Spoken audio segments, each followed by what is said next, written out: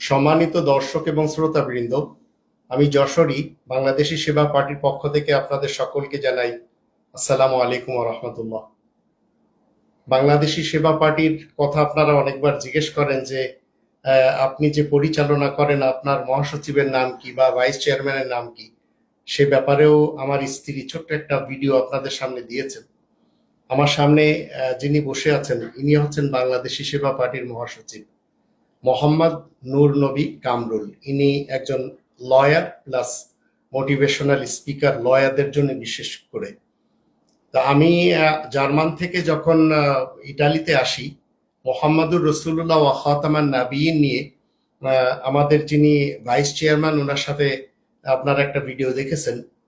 সেই একই সিকোয়েন্সে তিনি যেভাবে বুঝেছেন আর আমাদের মহাসচিব সাহেব যেভাবে বুঝেছেন সেটি নিয়ে আমি কিছু প্রশ্ন করব, সেই প্রশ্নের উত্তর তিনি দিবেন। আর এইভাবে গবেষণা যদি আপনারাও করে কোরআনের মোহাম্মদ এবং রসুল্লাহ ওয়া খাতামান নাবিয়িন যদি বুঝতে পারেন, তাহলে আপনি আপনার জীবনে একটা বড় কিছু অ্যাচিভ করলেন। আর আমরা জানি কোরআনের যে 5টি দাবি, যা আমাদের দেশের উলামা সমাজ কখনো বলতে চায় না, যারা ধর্মের উলামা। আর 5টি দাবি আপনারা জানেন। 1 নম্বর দাবি হচ্ছে কোরআন কি বলে, কোরআন মহাসচিব সাহেব ইনি নিজেই বলবেন, কারণ ইনার গবেষণাতেও রয়েছে। এবার ইনার ইন্ট্রোডাকশন একটু ইনার কাছ থেকে শুনি, তারপরে আমরা কন্টিনিউ করব। জি। সম্মানিত দর্শক শ্রোতাবৃন্দ, আসসালামু আলাইকুম ওয়া রাহমাতুল্লাহ। আমার বাংলাদেশি সেবা পার্টির সম্মানিত চেয়ারম্যান মহোদয় আমাকে যেই বিষয় বলতে বলছেন, কোরআনের 5টা দাবি। কোরআনের 5টা দাবি নিয়ে আমরা বলেছি, ক্রমাগত বলে যাচ্ছি। আর মূলত সারা পৃথিবী জুড়ে এবং সারা জীবন জুড়ে একজন মানুষ যদি কোরআন মান্য করতে চায়, তাহলে তার এই 5টা দাবি মান্য করলে তার সমগ্র জীবনে কোরআন মান্য করা হয়ে যাবে। এর 1 নম্বর দাবিটা হচ্ছে এই কোরআন রবের পক্ষ থেকে আমাদের জন্য নাজিল করা হয়েছে, এটা বিশ্বাস করতে হবে। কতটুকু বিশ্বাস করতে হবে? 100% 99 ভাগ যদি কেউ করে কোনো অবস্থাতেই হবে না, ধন্যবাদ। 100% বিশ্বাস করতে হবে। নাম্বার 2, এই কোরআনটা কোরআনের ভাষায় তেলাওয়াত করতে জানতে হবে। এখন কোরআনের যে ভাষা, এই ভাষার আরবদের যে 22 প্রকারের ভাষা, তার সাথে কি আদৌ সম্পর্ক রাখে? না। ধন্যবাদ।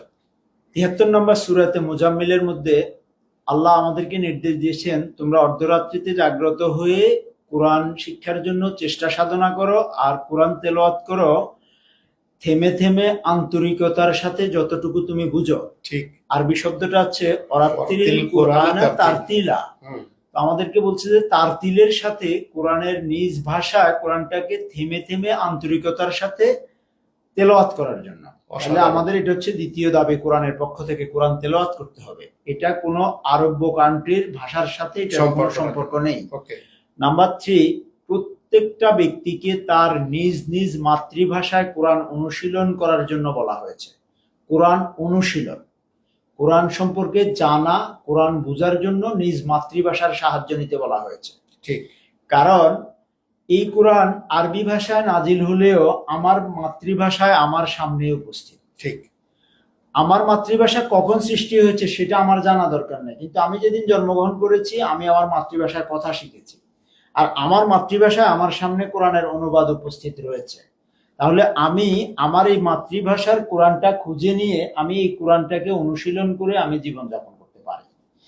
এটা হচ্ছে কোরআনের 3 নম্বর দাবি, নিজ মাতৃভাষায় কোরআনটা বোঝার চেষ্টা করা, অনুশীলন করা। 4 নম্বর দাবি হচ্ছে কোরআন মোতাবেক জীবন যাপন করা। ঠিক রব যেভাবে নির্দেশ দিয়েছেন সেই নির্দেশগুলো মান্য করে কোরআন মোতাবেক জীবন যাপন করা কোরআনের 4 নম্বর দাবি মানুষের প্রতি। 5 নম্বর, কোরআনের প্রচার করা। ঠিক। আর এই কোরআনটা প্রচার করতে হবে আগের 4টা, যে আমি পূর্বে যে 4টা কথা বলেছি। 1 নম্বর হচ্ছে কোরআনটা রবের পক্ষ থেকে মানুষের জন্য পরিপূর্ণভাবে নাজিল হয়েছে, এটাতে 100% বিশ্বাস করতে হবে।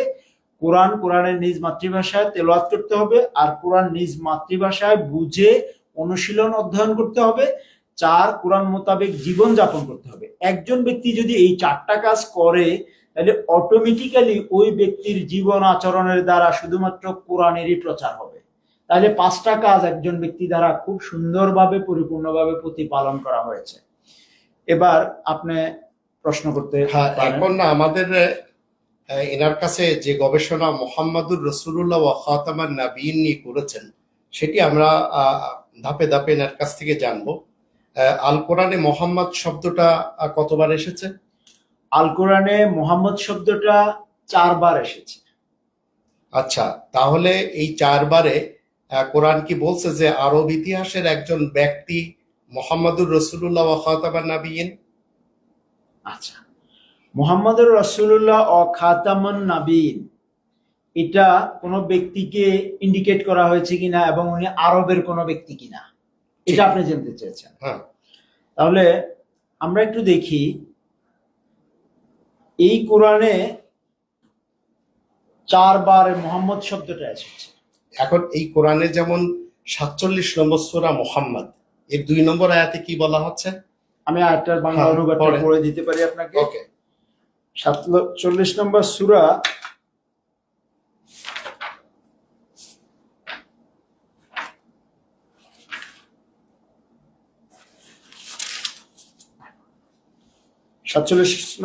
মুহাম্মদের 2 নম্বর আয়াতটা আমি পড়ছি, বাংলা অনুবাদটা পড়ে দিচ্ছি। আর যারা ঈমান এনে সংশোধনের কাজ করে আর আয়াত প্রচারের কারণে প্রশংসিত মুহাম্মদের কাছে কুরআন থেকে যা কিছু নাজিল করা হয়েছে সেই সবের প্রতি যারা আস্থাবান, আসলে তা যে তাদেরই রবের পক্ষ থেকে সত্য সঠিকভাবে নাজিল হয়েছে, আল্লাহ তাদের দোষ ত্রুটি দূর করবেন আর তাদের অবস্থা শুধরে দেবেন। ওকে, তাহলে এই আয়াত থেকে আমরা জানলাম যে এখানে নুজিলা আলা মুহাম্মদ এর অর্থ মুহাম্মাদের উপর নাজিল। তো যার উপর নাজিল হয় তিনি মুহাম্মদ, জি তিনি প্রশংসিত। জি, কোনো একজন বিশেষ ব্যক্তি আরব ইতিহাস থেকে হতে পারেন? এই বিষয়টা আমি প্রথমে আপনাকে যে বিষয় দিয়ে বলতে চাই যে এটা কোনো সুনির্দিষ্ট ব্যক্তি হতে পারেন কিনা অথবা উনি আরব্য কোনো ব্যক্তি কিনা, এই উনি সৌদি আরবের তথা আরব্য ভাষাভাষীর কোনো কান্ট্রির একজন সুনির্দিষ্ট মানুষ কিনা, এটা আমাদেরকে প্রথম নির্ধারণ করতে হবে। ঠিক। তাহলে এই নির্ধারণটা করতে গেলে আমরা কোরআনে দেখি যে মুহাম্মদ শব্দটা নিয়ে কথা হচ্ছে। এই মুহাম্মদ শব্দটা কি কোনো ব্যক্তির নাম নাকি তার কর্মগত একটা উপাধি বা চরিত্রগত কর্মের একটা চরিত্রের পদবি? ঠিক, এই বিষয়টা আমাদেরকে নির্ধারণ করতে হবে।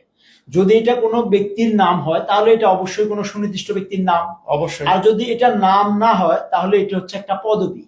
আর এটা নাম হলে কি সমস্যা হবে, নাম না হয়ে পদবি হলে কি সুবিধা হবে, মানুষদের জন্য কি নির্দেশনা রব দিয়েছে আমরা সেটা বুঝতে পারবো। তাহলে আমি শুরুতেই আপনাকে বলতে চাই, এই কোরআনের মোহাম্মদ শব্দটা উপাধি অথবা নাম, এই বিষয়টাকে আমি বোঝানোর জন্য আমি একটা তথ্য আপনাকে শেয়ার করতে চাই। সেই তথ্যটা হচ্ছে, আমি একজন বাংলাদেশি মানুষ, গণপ্রজাতন্ত্রী বাংলাদেশ সরকার, আমি এটাকে বিশ্বাস করি, মানি। এটা গণপ্রজাতন্ত্রী বাংলাদেশ সরকার। কেন মানি? বাংলাদেশের একটা সরকারের সিস্টেম আছে যেটার নাম হচ্ছে গণতান্ত্রিক সরকার। ঠিক। এই গণতান্ত্রিক সরকারের একটা কনস্টিটিউশন আছে, এই কনস্টিটিউশনের নামও হচ্ছে বাংলাদেশের সংবিধান। ঠিক। এই বাংলাদেশের সংবিধানের একজন পদবীধারী ব্যক্তির কথা বলা আছে, ওনার নাম হচ্ছে মহামান্য রাষ্ট্রপতি। এই মহামান্য রাষ্ট্রপতি কি কোনো ব্যক্তির নাম? কোনোদিন না। কোনো অসাধারণ, ব্যক্তির নাম নয়। অসাধারণ এক্সাম্পল। বাংলাদেশ এর জন্ম হয়েছে 1971 সালে, ঠিক। আজকে 2025 সাল।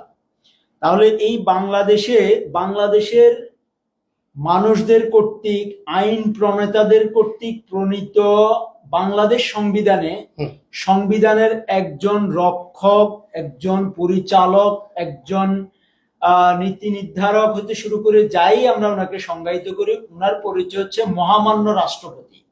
এই মহামান্য রাষ্ট্রপতি কিন্তু কোনো সুনির্দিষ্ট ব্যক্তির নাম নয়, কিন্তু এই সুনির্দিষ্ট মহামান্য রাষ্ট্রপতি শব্দটা হচ্ছে একজন নাগরিকের, বাংলাদেশের একজন নাগরিকের উপাধি। আর গণপ্রজাতন্ত্রী বাংলাদেশ সরকারের একটা সিস্টেম আছে, প্রশাসনিক, জুডিশিয়াল হইতে শুরু করে গভর্নমেন্টের একটা অনেকগুলো সংস্থা মিলে গিয়েছে, সরকারের একটা সিস্টেমের মাধ্যমে এই দেশটা চলে।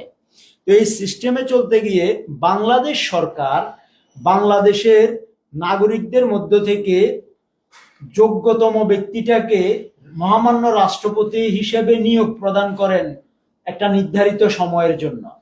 মহামান্য রাষ্ট্রপতি তিনার যোগ্যতা বলে সরকার কর্তৃক নিযুক্ত হয়ে রাষ্ট্রপতির চেয়ারের আসন লাভ করেন।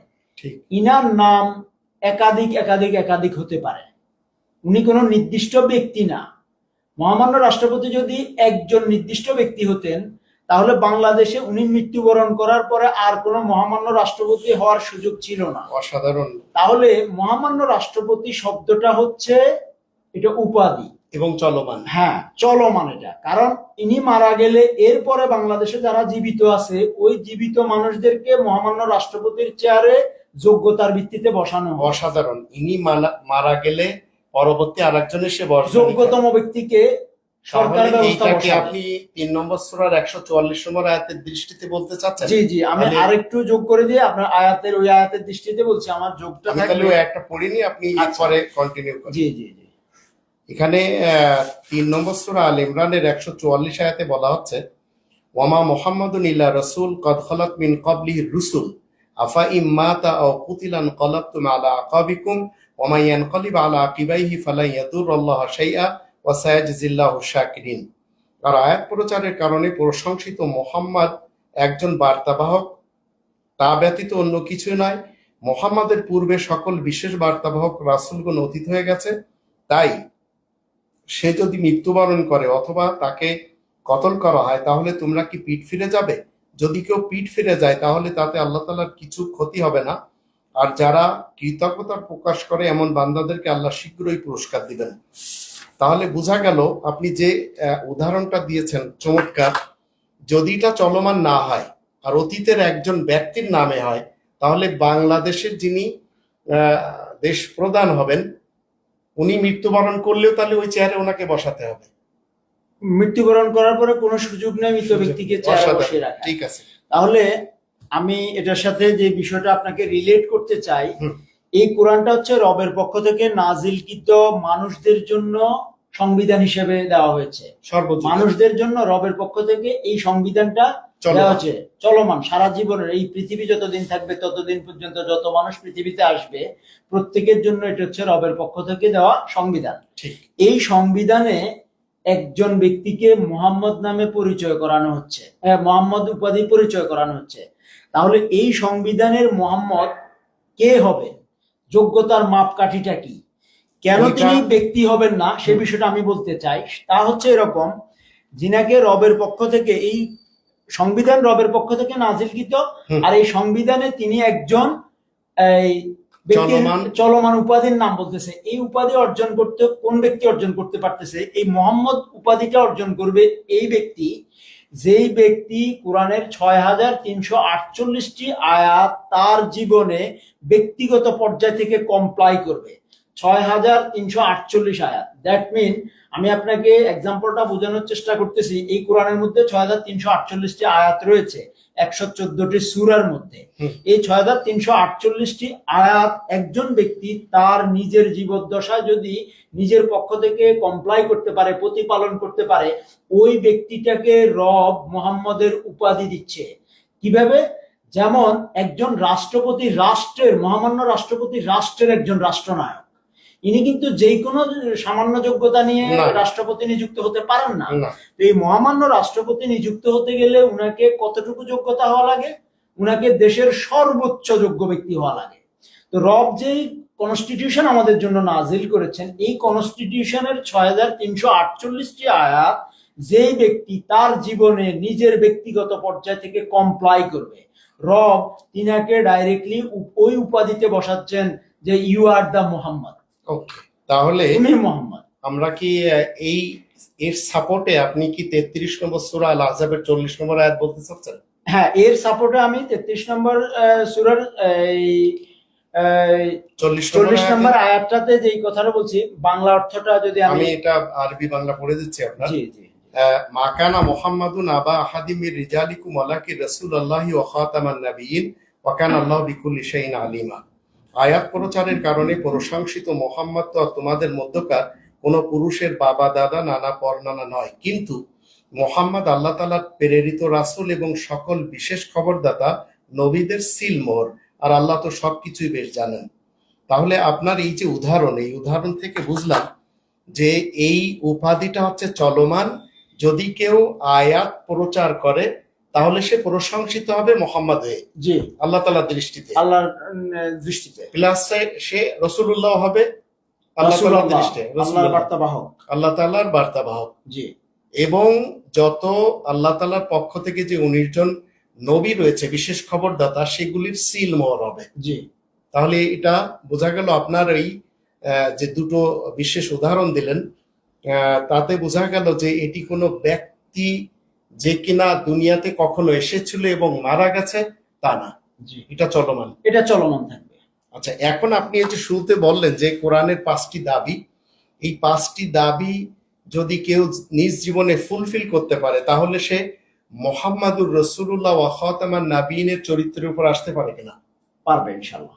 আর যদি 5টি দাবির দেখা গেল 4টে জানে একটা জানলো না, বা 3টে জানে 2টো জানলো না, তাহলে সে কি 48 নম্বর সূরা আল ফাতা এর 29 নম্বর আয়াতের দৃষ্টিতে মোহাম্মদুর রসুল্লাহর সঙ্গী সাথী হতে পারবে? সঙ্গী সাথী হতে পারবে। তাহলে আমি ওই সূরার দুটো লাইন পড়ে দিই যে আল্লাহ বলছেন মোহাম্মদুর রসুল্লাহ ওয়াল্লাযীনা মাআহু আশিদ্দাউ আলাল কুফারি রুহামাউ বাইনাহুম।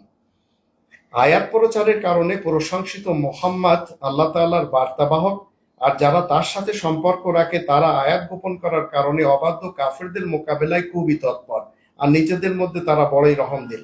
তাই তো? জি, আমি মোহাম্মদের বিষয়টাতে আরো একটু কথা বলতে চাই। হ্যাঁ। এই 33 নং সূরার 40 নম্বর আয়াত অনুসারে, ওকে। এই 33 নং সূরার 40 নম্বর আয়াতটাতে যে কথাটা বলা হচ্ছে যে আয়াত প্রচারের কারণে প্রশংসিত মোহাম্মদ তো আর তোমাদের মধ্যকার কোনো পুরুষের দাদা বাবা কিংবা পরনানা নয়, অর্থাৎ কোনো মানুষের পূর্বপুরুষ নয়, এই মর্মে দাবি করা হচ্ছে, অথবা উনার কোনো পরবর্তী বংশ নিয়ে তো জেনারেশন কথা বংশ বলছে। নিয়ে কোনো কথা হচ্ছে না। কারণ- কারণ হুম, মহামান্য রাষ্ট্রপতি উনি হচ্ছে একটা উপাধি। ঠিক। এই মহামান্য রাষ্ট্রপতি কারো বাবা দাদা কিংবা নানা নয়, কারণ মহামান্য রাষ্ট্রপতির চেয়ারে একাধিক ব্যক্তি বসতে থাকেন, উনাদের নাম ভিন্ন ভিন্ন, বাবার নাম ভিন্ন ভিন্ন, বংশ পরিচয় ভিন্ন ভিন্ন, এবং উনারা বাংলাদেশের বিভিন্ন জেলার আলাদা আলাদা মানুষ। তাহলে এই অসাধারণ। মহামান্য রাষ্ট্রপতি যদি কোনো কনস্ট্যান্ট ব্যক্তি হতো অথবা কারোর নাম হতো, হুম, তাহলে উনাকে উনার পরবর্তী ওয়ারিশ থাকতো, ছেলে সন্তান পরবর্তী জেনারেশন থাকতো, অথবা উনার পূর্বপুরুষ বাবা দাদা নানা এরা থাকতো। হুম, তাহলে মহামান্য রাষ্ট্রপতিরা হচ্ছে আমাদের কনস্টিটিউশন অনুসারে একটা উপাধি, আর কোরআনের কনস্টিটিউশনের রব মোহাম্মদুর রাসূলুল্লাহ এই এটাকে একটা উপাধি হিসেবে দিচ্ছে। তাহলে কেন এই উপাধি দিচ্ছে? এটা হচ্ছে আয়াত প্রচারের কারণে প্রশংসিত মোহাম্মদ। অসাধারণ। তাহলে এই আয়াত প্রচারের কারণে প্রশংসিত, এই প্রশংসিত শব্দটা বাংলা, যার আরবি অর্থ হচ্ছে মোহাম্মদ। মোহাম্মদ। তাহলে কখন মানুষ প্রশংসিত হয়? একটা কাজের যেই ছাত্রটা ক্লাসের ফার্স্ট বয় হয় সে প্রশংসিত। একটা ক্লাসে 50 জন ছাত্রের মধ্যে পরীক্ষায় 40 জন ছাত্র পাশ করলো, এই 40 জনের যিনি 40 নাম্বার হয়েছেন ক্রমিকে তিনিও পাস, আবার যিনি 1 নাম্বার হয়েছেন তিনিও পাস। তাহলে সকলের স্ট্যাটাস হচ্ছে পাস, কৃতকার্য ছাত্র। হুম, কিন্তু 1 নাম্বার হচ্ছে ক্যাপ্টেন, ঠিক। ক্যাপ্টেনের মূল্য অনেক বেশি। 40 নাম্বার ক্রমিকে ছাত্র পাস করছে, সে কিন্তু ক্যাপ্টেন না। হুম, তাহলে এই প্রশংসিত মুহাম্মদ আয়াত প্রচারের কারণে। অসাধারণ। আয়াত প্রচার করবেন কিভাবে? আয়াত প্রচার করবেন ওই ব্যক্তি, যে ব্যক্তি তার জীবনে 6348টা আয়াতে নিজে প্রতিপালন করেন এবং প্রতিপালনের মাধ্যমে দিয়ে এটাকে মান্য করেন। আর এই 6348টা আয়াত যখন কোনো ব্যক্তি কর্তৃক পরিপূর্ণভাবে মান্য করা হয়, তিনি ক্লাসের পাশ করা ছাত্রদের মধ্যে ফার্স্ট বয়, আর ফার্স্ট বয়ের উপাধি হচ্ছে ক্যাপ্টেন। এইটা হচ্ছে প্রশংসিত উপাধি, তাকে ক্যাপ্টেন বলা হয়, তাকে ক্যাপ্টেন হিসেবে উপাধি দেওয়া হয়। ক্যাপ্টেন একটা উপাধি, ক্যাপ্টেন একটা উপাধি, এই ক্যাপ্টেন ক্যাপ্টেন ওই ছাত্রটার নাম নয়। তাহলে প্রত্যেক ক্লাসের যে প্রধান হবে সে ক্যাপ্টেন, ক্যাপ্টেন হবে, আর ক্যাপ্টেন এটা হবে। চেঞ্জ হতে থাকবে, এটা- কিন্তু ক্যাপ্টেনের জায়গায় ক্যাপ্টেন আজীবন ক্যাপ্টেন হিসেবে একটা নাম থাকবে। ঠিক আছে। প্রত্যেকটা ক্লাসে ক্যাপ্টেন হিসেবে একজন ছাত্র গণ্য হবে, এবং এটা সারা জীবন ভর প্রতিটা বছর প্রতি ক্লাসে পরবর্তী জেনারেশনের নিচের ক্লাসের ছাত্রটাই উত্তীর্ণ হবে, পরীক্ষা দেবে, পরের ক্লাসে যে ফার্স্ট হবে সে ক্যাপ্টেন হবে। তাইলে ইনি হচ্ছেন প্রশংসিত, মুহাম্মদ, এই মুহাম্মদটা হচ্ছে ক্যাপ্টেন। আর ক্যাপ্টেন কেন? ক্যাপ্টেন হচ্ছে ফার্স্ট বয়। ঠিক। ফার্স্ট বয় কেন? ফার্স্ট বয় হচ্ছে সেই ক্লাসে ফার্স্ট মার্ক সবচেয়ে বেশি, পেয়েছে। আর মুহাম্মদ কেন? মুহাম্মদ হচ্ছে পাঁচটি দাবি। উনার জীবদ্দশায় 5টি দাবি প্রতিপালনের মাধ্যম দিয়ে 6348টি আয়াত ব্যক্তি জীবনে কমপ্লাই করে। ঠিক। কমপ্লাই মানে উনি পরিপালন করে। আর যে ছাত্র পুরো হোল সিলেবাস পরিপালন করে সেই ক্যাপ্টেন হয়। তাহলে আল্লাহর পক্ষ থেকে প্রশংসা দেবে সেই ব্যক্তিটাকে মোহাম্মদ নামে, মোহাম্মদ উপাধিতে, যিনি 6348 আয়াত তার নিজের ব্যক্তিগত অবস্থা থেকে প্রতিপালন করতে পারবে তাহলে এই পরিপূর্ণভাবে। সিস্টেমটা আমরা যদি 46 নম্বর সূরা আল আহকাফের 4 নম্বর আয়াতে দেখি, সেখানে আল্লাহ বলছেন যে এই গ্রন্থের পূর্বে কোনো লিখিত গ্রন্থ ছিল না। তো জি। দুনিয়ার শুরু দিন থেকে তাহলে এই সিস্টেমটা চলে আসছে। হ্যাঁ, দুনিয়ার শুরুর দিন থেকেই রবের ঘোষণা মতে, কোরআনের ঘোষণা মতে, আয়াতের ঘোষণা মতে এই কোরআন পৃথিবীর শুরুর দিন থেকে, এবং এই কোরআনের সিস্টেম পৃথিবীর শুরুর দিন থেকে। কারণ রব আমাদেরকে স্পষ্টতই বলছে যে এই কোরআনের পূর্বে আর কোন গ্রন্থ থাকলে তোমরা এনে দেখাও। পারবে না, তাহলে আমরা তো পারবো না, রব এই যাবৎ নিজেই পারেনি কেউ। হ্যাঁ। তাহলে আমরা যে 21 নম্বর সূরা আল আম্বিয়ার 10 নম্বর আয়াতে দেখি, আল্লাহ বলছেন যে আমি তোমাদের সকলের দিকে একটি লিখিত গ্রন্থ নাজিল করেছি যার ভিতর তোমাদের উপদেশ উল্লেখ রয়েছে। জি। তো এখন এই চলমান আজকে 900 কোটি মানুষ, এর ভিতরে আপনার সেই উদাহরণের হিসেবে মুহাম্মাদুর রাসূলুল্লাহ ওয়া খাতামান নাবিয়িন সেই ব্যক্তি আমরা খুঁজে পাই।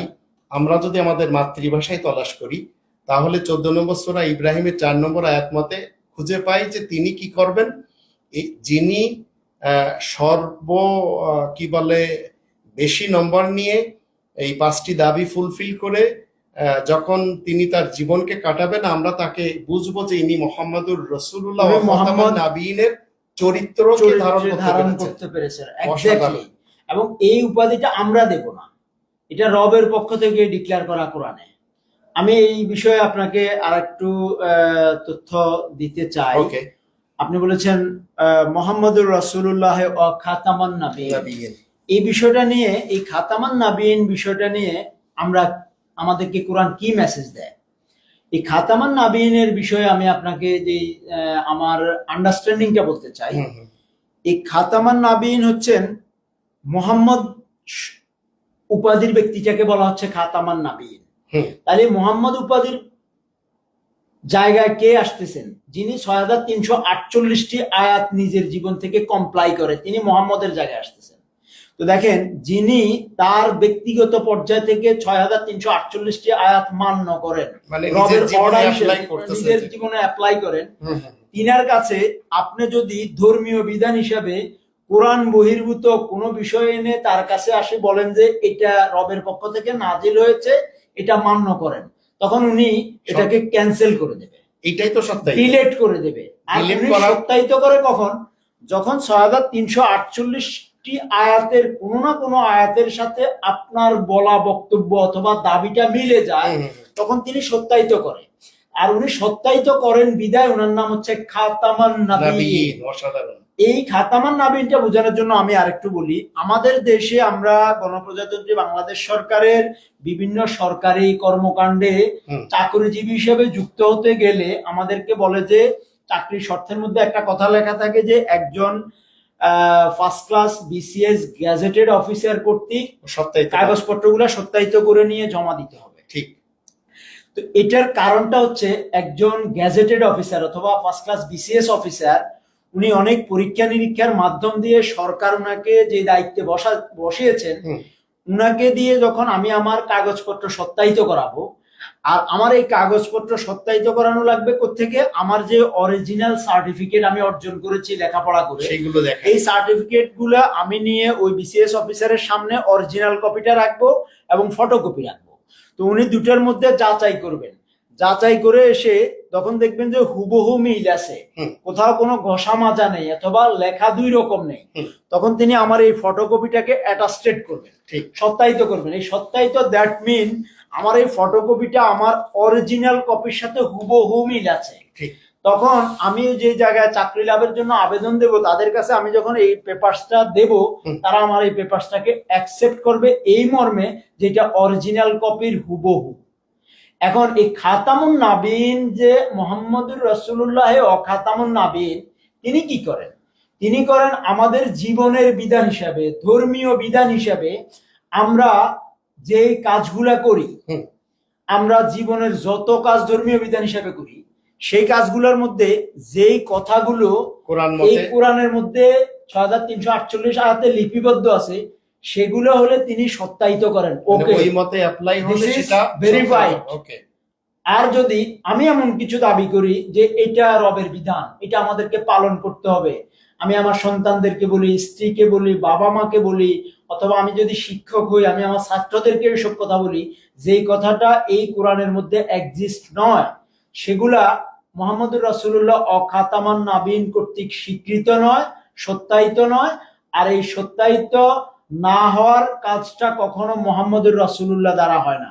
মুহাম্মদুর রাসূলুল্লাহ মানে তিনি, ওনার দ্বারা যদি ওখানে দেখা সত্যায়িত, যদি আমরা এইভাবে নিই, জি, একটা টিক মার্ক দিয়ে দিলেন হ্যাঁ, সত্যায়িত, সঠিক, আর একটা ক্রস মার্ক দিয়ে দিলেন, হ্যাঁ, তাহলে এটা এটা হচ্ছে- ক্রসের সত্যায়িত। এটা মানে টোটালি অরিজিনালের সাথে মিললে এটা সত্যায়িত ঠিক করা আছে। হবে না। তাহলে অরিজিনাল হচ্ছে 6348 আয়াত। কিসের অরিজিনাল? রবের পক্ষ থেকে নাজিলকৃত আমাদের কনস্টিটিউশন, রবের বিধান, আমরা যা মান্য করব। এর বাইরে কোনো এর বাইরের কোনো এটা বিধান, অবশ্য কোনো আপনি কথা, কোরআনের 5টা দাবির সাথে প্রথমে বলছিলেন যে জি 99% যদি কেউ বিশ্বাস করে চলবে না। জি, অসাধারণ। 99% বিশ্বাস করলেও চলবে না। আর মহামান্য রাষ্ট্রপতি অথবা একজন বিসিএস অফিসার কোনো অবস্থাতেই, মানে কোনো অবস্থাতেই এনি হাউ একটা গড়মিল কাগজ, অরিজিনালের সাথে গড়মিল সেটা কাগজকে সত্যায়িত হবে না। ন্যূনতম ভাবে সত্যায়িত করবে না। আর এই কাজটার নামই হচ্ছে মুহাম্মদুর রাসূলুল্লাহ খাতামান ও নবীন। খাতামান নবীন। তাহলে এই মুহাম্মদুর রাসূলুল্লাহ ও খাতামান নবীন যদি একজন ব্যক্তি হয়, কোন নির্দিষ্ট ব্যক্তি হয়, তাহলে তিনি যদি মরে যান তাহলে সত্যায়িত কে করবে? অসাধারণ। তাহলে সত্যায়িত করার লোক থাকবে না। না, আর সত্যায়িত করার লোক না থাকলে যত ধরনের এই জাল কাগজপত্র আছে, মূল কপির সাথে অমিল যত কাগজপত্র আছে, সেই সকল কাগজপত্র নিয়ে কি হবে? সরকারি দপ্তরে গিয়ে বসাবে, বসালে সরকার তখন সেগুলো দিয়ে চাকরি দেবে যাদের একজনেরও সার্টিফিকেট সঠিক নয়। তাহলে এই কাজ কি কোনো বিসিএস অফিসার করবে? না। তাহলে বিসিএস অফিসারের কাজটা হচ্ছে অরিজিনাল পেপারকে সত্যায়িত করা।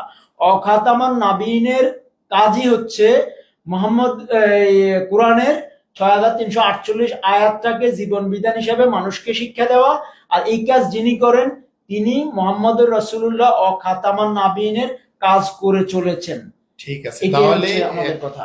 দর্শক এবং শ্রোতা, আপনারা আমাদের ভাইস চেয়ারম্যানের ভাষণও শুনেছেন এবং ওনার গবেষণা একদিক থেকে, আর আমাদের মহাসচিব সাহেবের গবেষণা একদিক থেকে।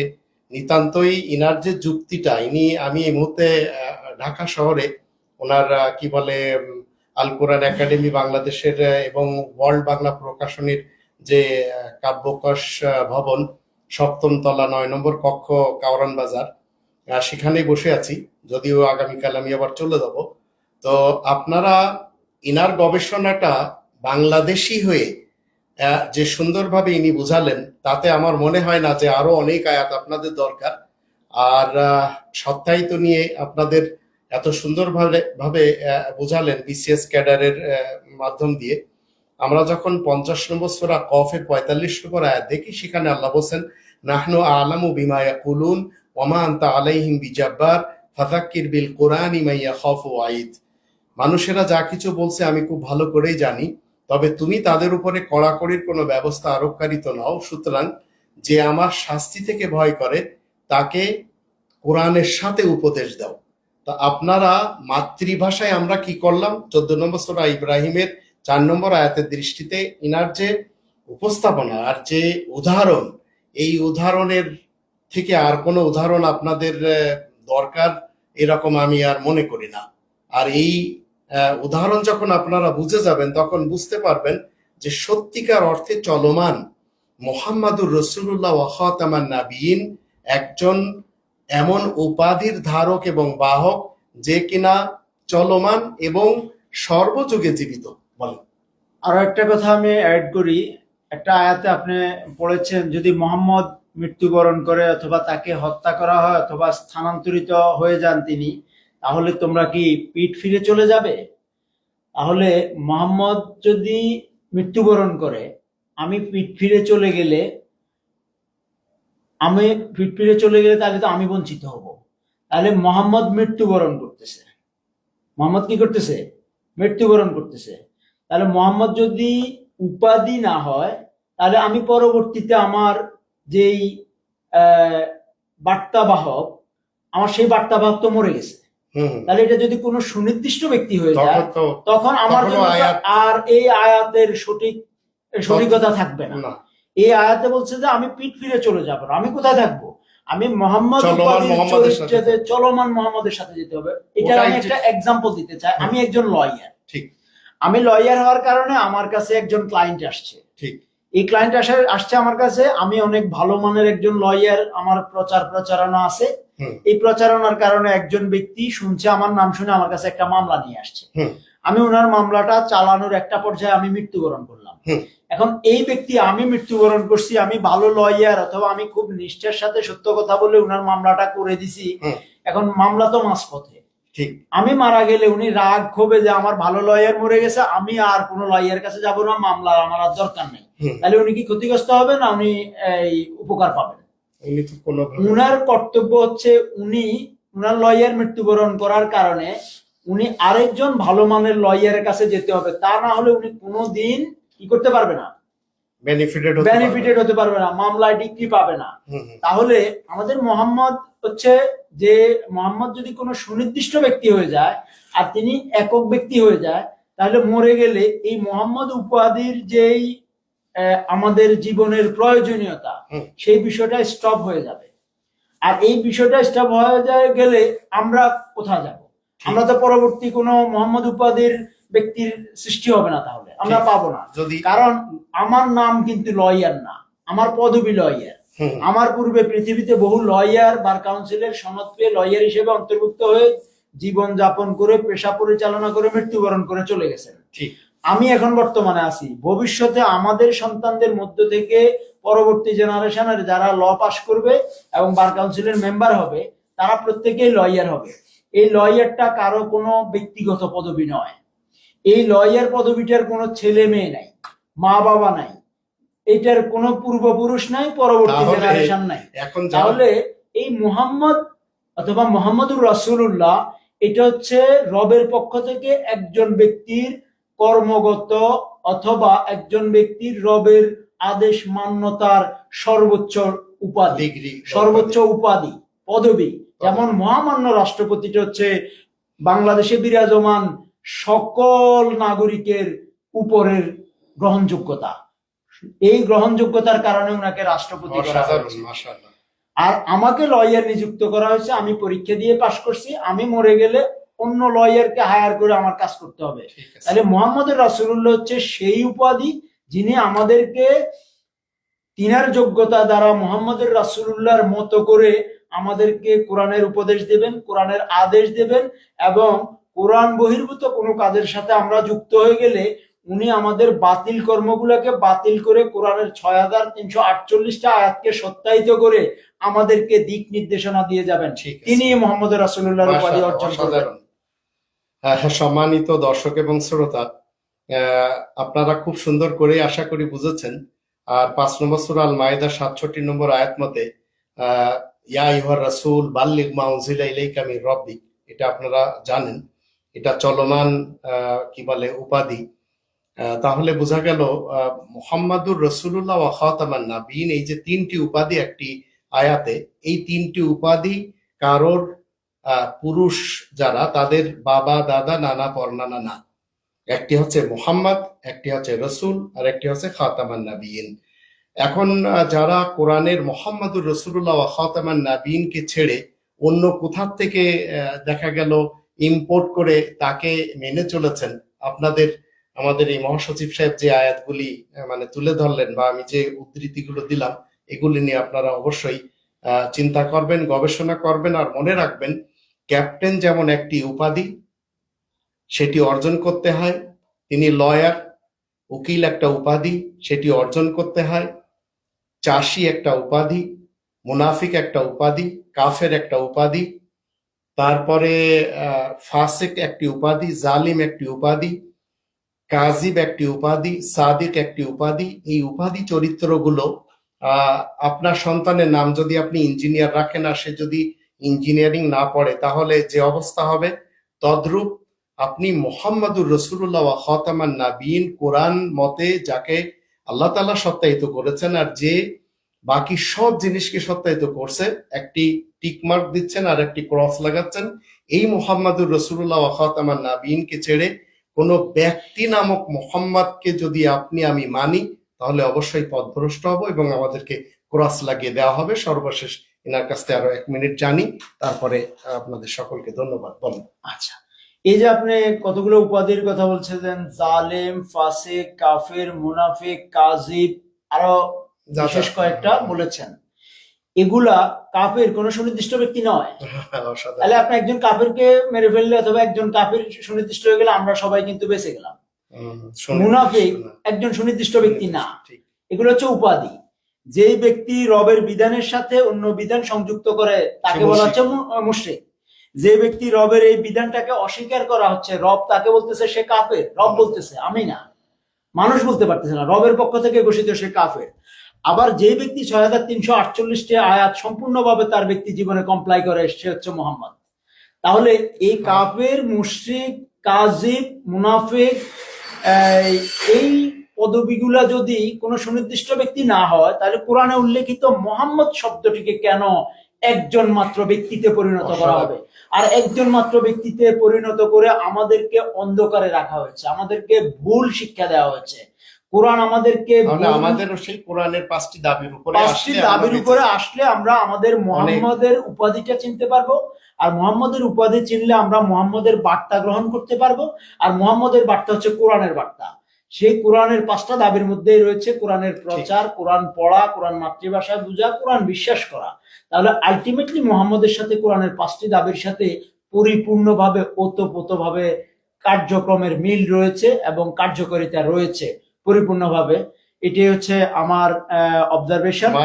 আমি আপনাকে এবং আমার দর্শকদেরকে ধন্যবাদ জানাচ্ছি। আপনাদের সকলের প্রতি রইল আশা করি সালাম। আমরা 18 কোটি বাংলাদেশি ভাই বোন প্লাস 40 কোটি বাংলা ভাষাভাষী যারা আমরা রয়েছি, যারা আপনারা দর্শক এবং শ্রোতা রয়েছেন, একটু গবেষণা করলে আপনারা সত্য মোহাম্মদুর রসুল্লাহ খাতামান নাবিয়িন কোরআনের মাধ্যম দিয়ে বুঝে যাবেন। আর মিথ্যা যারা রয়েছে ইনশাল্লাহ তাও আপনারা বুঝতে পারবেন। সকলকে ধন্যবাদ।